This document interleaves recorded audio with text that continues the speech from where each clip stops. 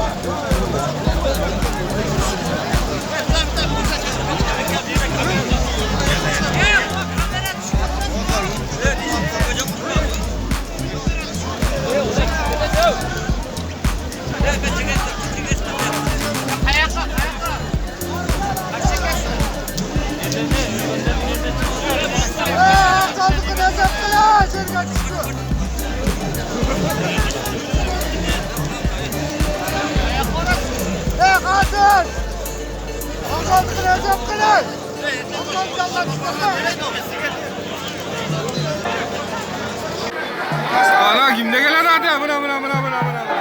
Kaşı balon bu. Ne kaşı balon değil mi?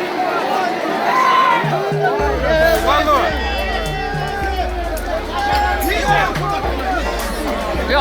Ana adamın göktüğün var hala.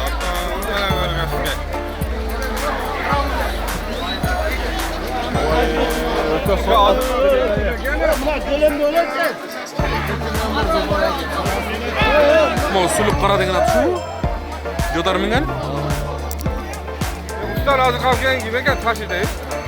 Taş emas, taşı yetelep yuradilar. Taşı yetelep yuradi. Biroq qarag'ulja deb aytadi kim ekan? Yo, aka tut bo'g'lacha.